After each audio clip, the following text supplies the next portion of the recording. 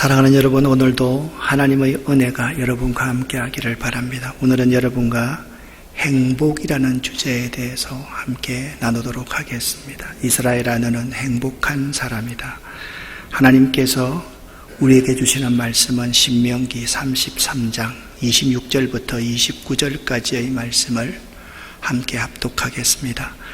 여수론이여, 하나님 같은 이가 없도다. 그가 너를 도우시려고 하늘을 타고 궁창에서 위엄을 나타내시는도다. 영원하신 하나님이 내 처소가 되시니 그의 영원하신 팔이 내 아래에 있도다. 그가 내 앞에서 대적을 쫓으시며 멸하라 하시도다.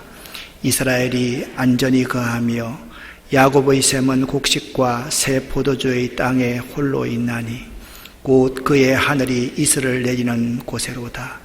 이스라엘이여, 너는 행복한 사람이로다. 여호와의 구원을 너같이 얻은 백성이 누구냐? 그는 너를 돕는 방패시요 내 영광의 칼이시로다. 내 대적이 내게 복종하리니 내가 그들의 높은 곳을 밟으리로다. 아멘. 행복해지고자 하는 욕망이 없는 사람은 한 사람도 없을 것입니다. 사람들은 행복을 위해서라면 어떠한 수고도 마다하지 않을 각오가 되어 있습니다. 그런데 놀라운 사실은 그토록 행복을 갈망하고 얻고자 하는데도 정작 나는 정말 행복합니다 라고 말하는 사람은 그리 많지 않다는 것입니다. 대부분의 사람들이 나는 불행하지도 않지만 그렇다고 행복하지도 못하다고 생각하고 있거나 보다 행복하게 살았으면 하는 바람을 갖고 살아갑니다. 또 사람들은 무언가 원하는 것을 소유하면 행복해질 것으로 생각하는 경향이 있습니다. 그러나 전혀 그렇지 않습니다. 인간의 욕망은 한이 없고 하나를 가지면 둘을 갖고 싶고 둘을 가지면 열을 갖고 싶어 하기 때문에 아무리 많이 가져도 결코 만족이 없습니다. 더구나 자신과 남을 비교하기 때문에 진정한 행복을 누리지 못합니다. 소위 상대적인 빈곤에 허덕이고 있습니다. 남과 비교하는 마음을 가지면 행복하게 살기 어렵습니다. 행복이란 그림을 한번 찾아봤습니다. 내가 생각하는 행복에 대한 그림이 이 그림이다 라고 생각이 되었습니다. 행복에 대해서 정의를 해보면서 행복에는 몇 가지의 키워드가 있다는 사실을 깨닫게 되었습니다. 먼저 희망이 없는 사람은 행복할 수가 없습니다. 행복하려면 욕구가 있어야만 됩니다. 그리고 감정도 있어야만 됩니다. 평온감도 있어야만 합니다. 그리고 만족함이 있어야만 합니다. 오늘 모세는 이스라엘 백성에게 이렇게 말을 합니다. 이스라엘아, 너는 행복한 사람이다 라고 말을 합니다. 행복, 해피니스라는 희망이라는 것은 그리는 상태에서 좋은 감정을 말을 합니다.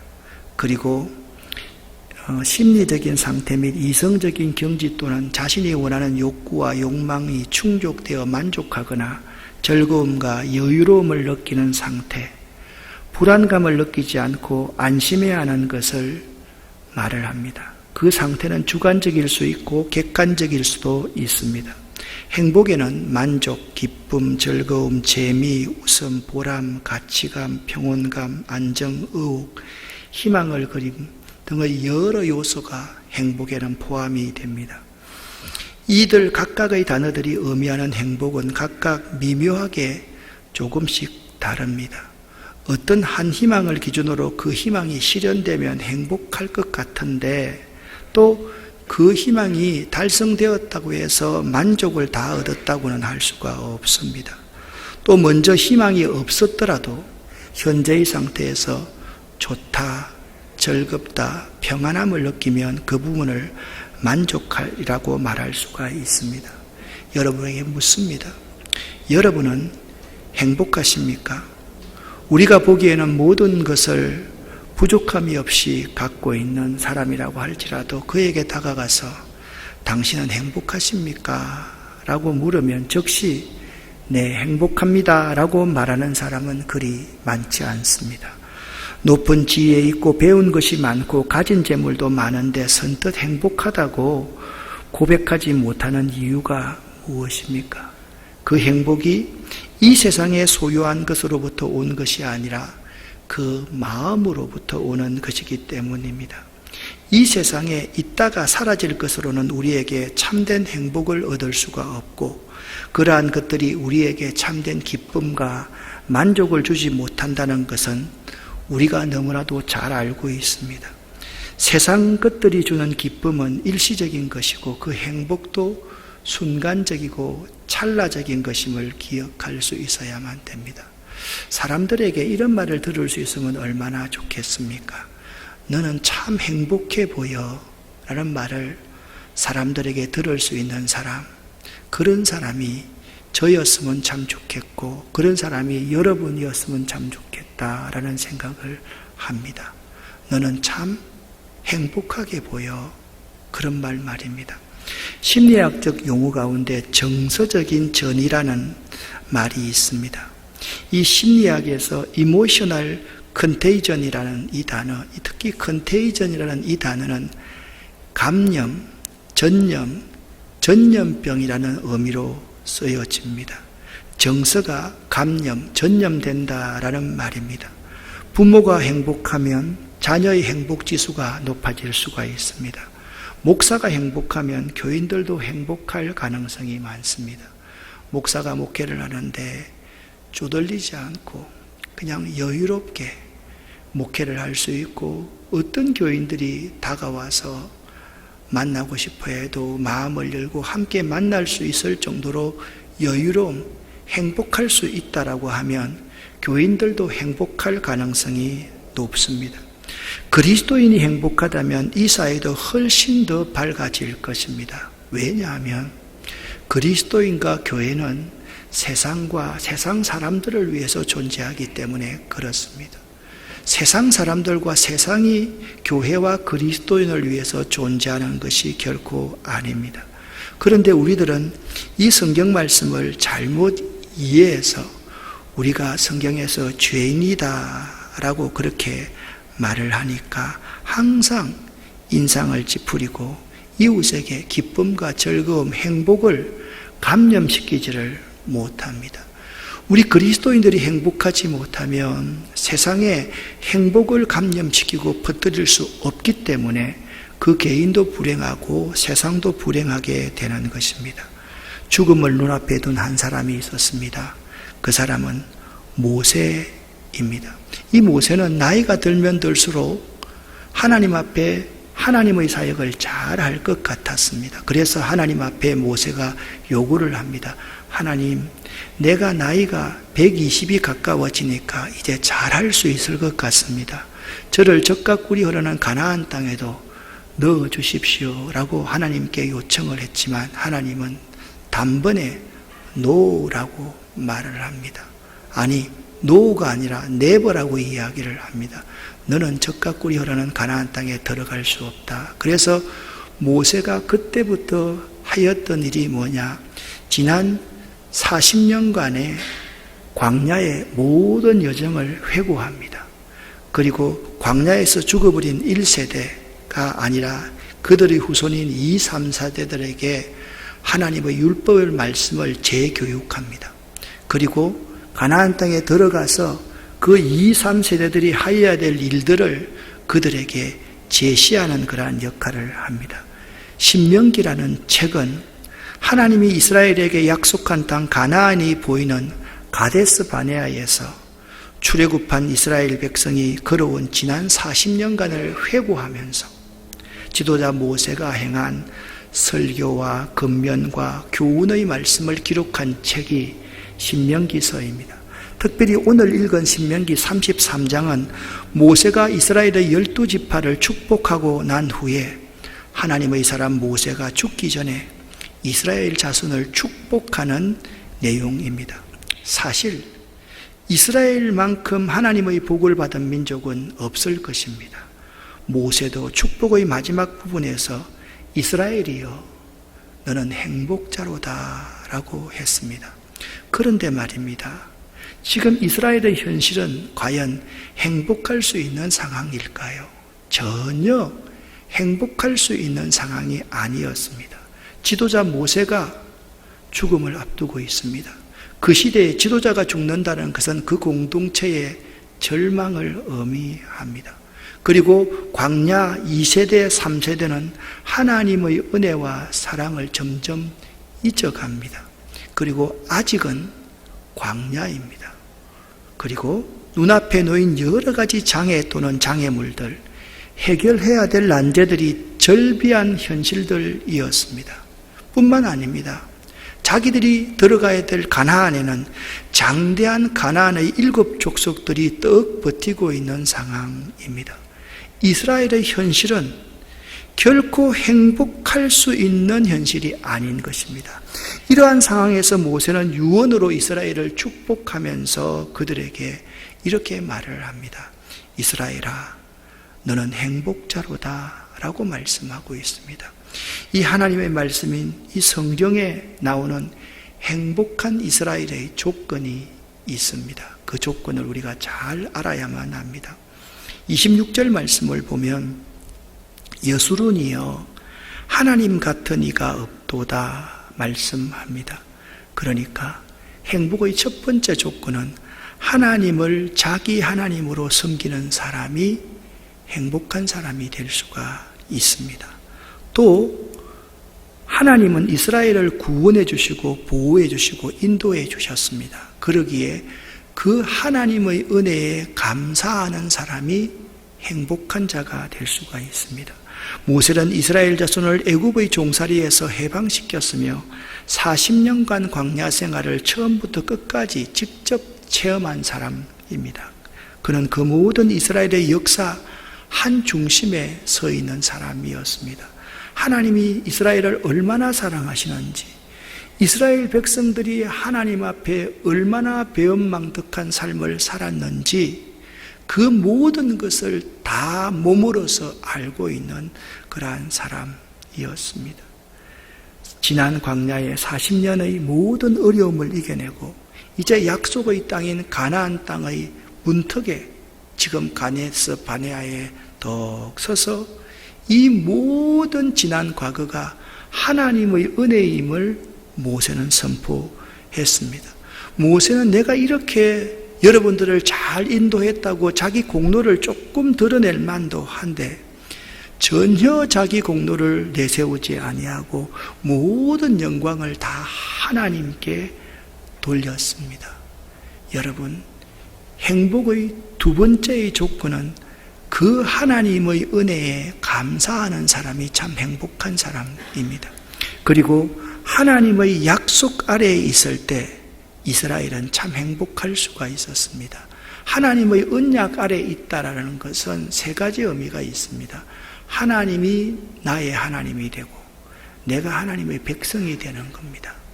나 하나님의 백성인 내가 하나님이 주신 그 복을 마음껏 누리는 것이 하나님의 언약 아래에 있다라는 것입니다. 그리고 내가 하나님을 증거할 수 있는 증거자로서의 사명을 사는 것, 그것이 하나님의 약속 아래 있을 때 행복할 수 있는 조건입니다. 성경에 나오는 이스라엘의 행복에 있어서 3가지 조건은 우리들에게도 참 중요합니다. 첫 번째, 하나님을 나의 하나님으로 섬길 때 행복할 수가 있습니다. 나에게 임하신 하나님의 은혜와 사랑에 감사할 줄 알아야지 행복할 수 있습니다. 그리고 하나님의 언약 아래에 있을 때 내가 행복할 수 있음을 알아야만 합니다.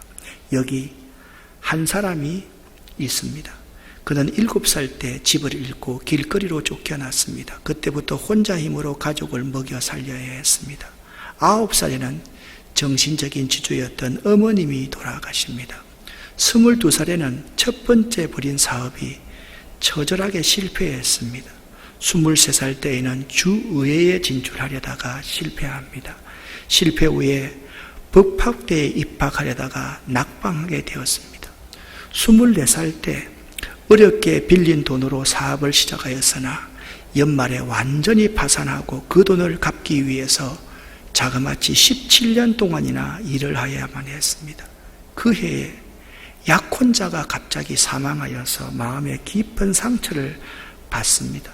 27살 때에는 극도의 신경쇠약증에 걸려서 정신병원에 입원하여서 6개월 동안 치료를 받아야만 했습니다.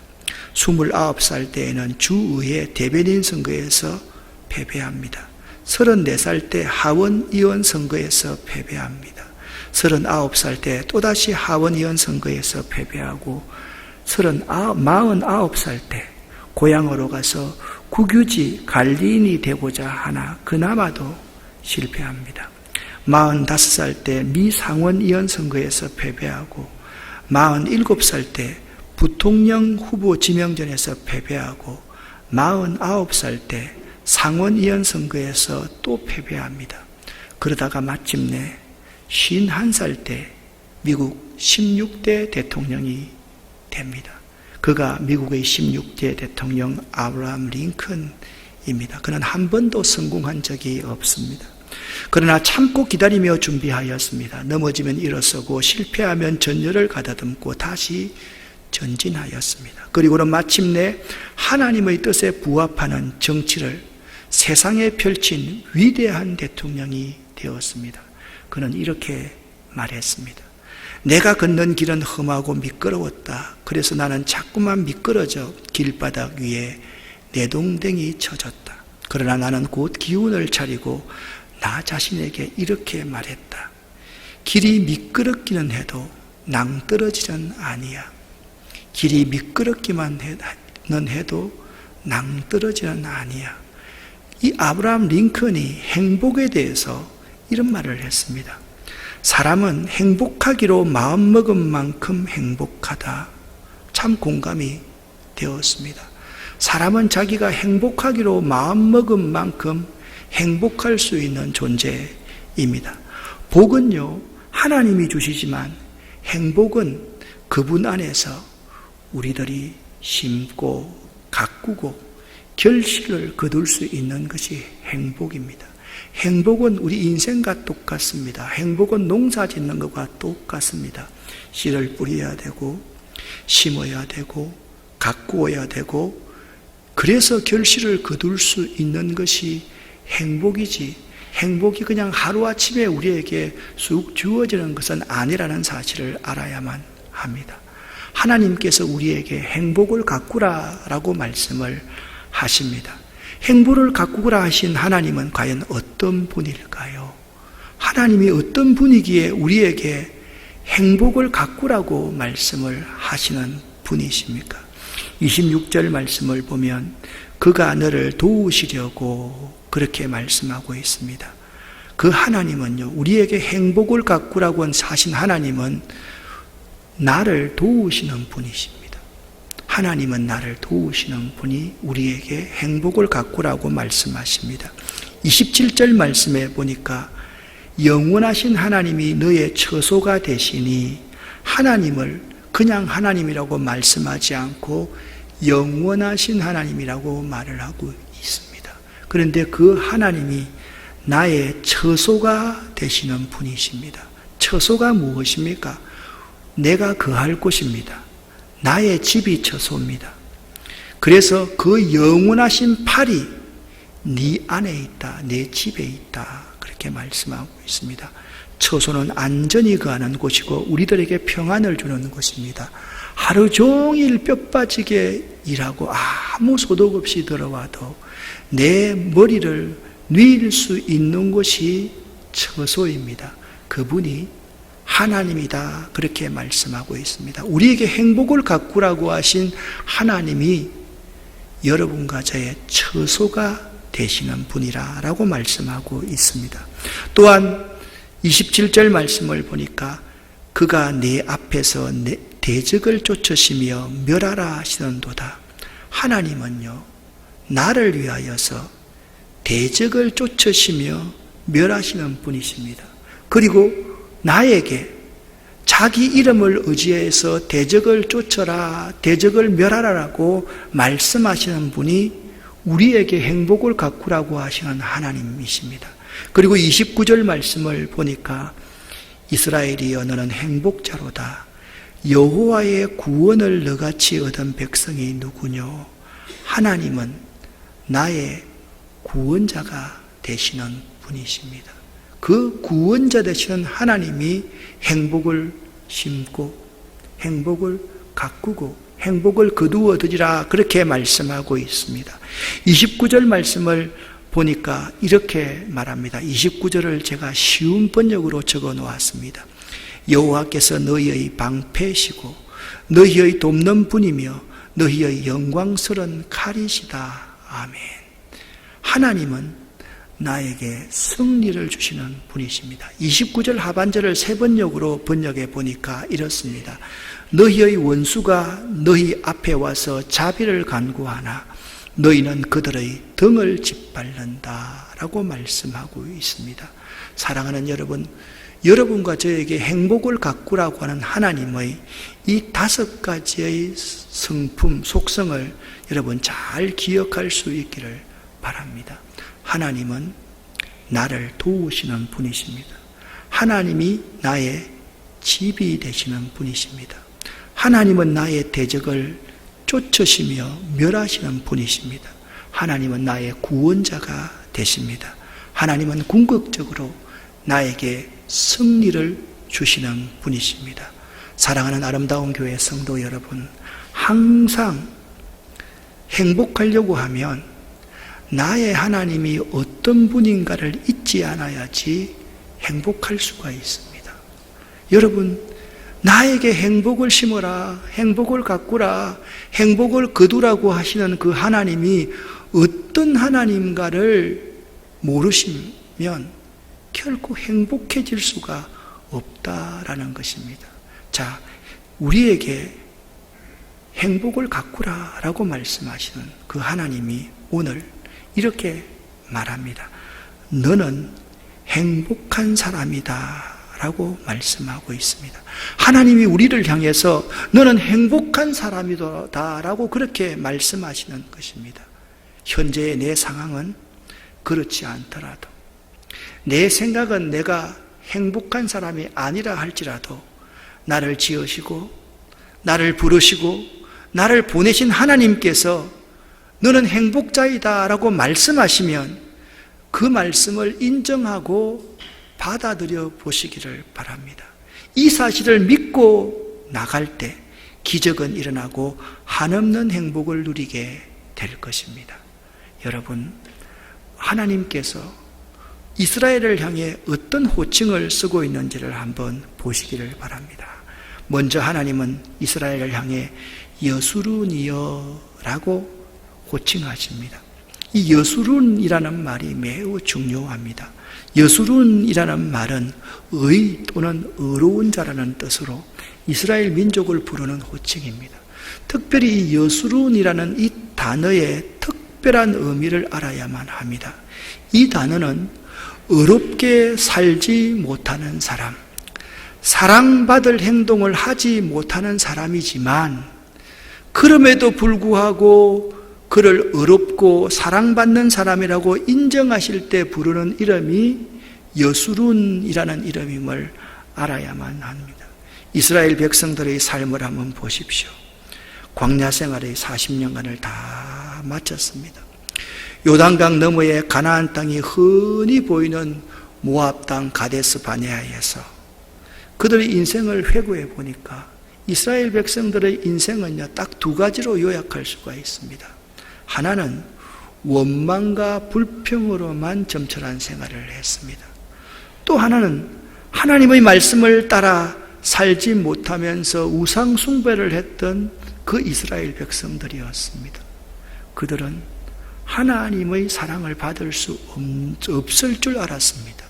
그런데 하나님께서는 원망과 불평으로만 살았던 이스라엘 백성에게, 하나님의 말씀을 따르지 않고 배은망덕한 이스라엘 백성에게 여수룬이라고 부르셨으니 그들이 행복한 백성이 아니겠습니까?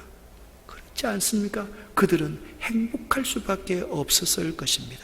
현재 우리들 역시 지금까지 삶을 살아오면서 불충과 불신으로 원망하고 불평하며 배은망덕하게 살았음에도 불구하고 하나님께서는 여러분들을 그리고 저를 여수룬이라고 불러주시니 우리들은 행복한 사람인 것입니다. 또한 하나님께서는 이스라엘 백성들을 선택하셨고 구원하셨으며 이스라엘 백성들을 도와주셨습니다.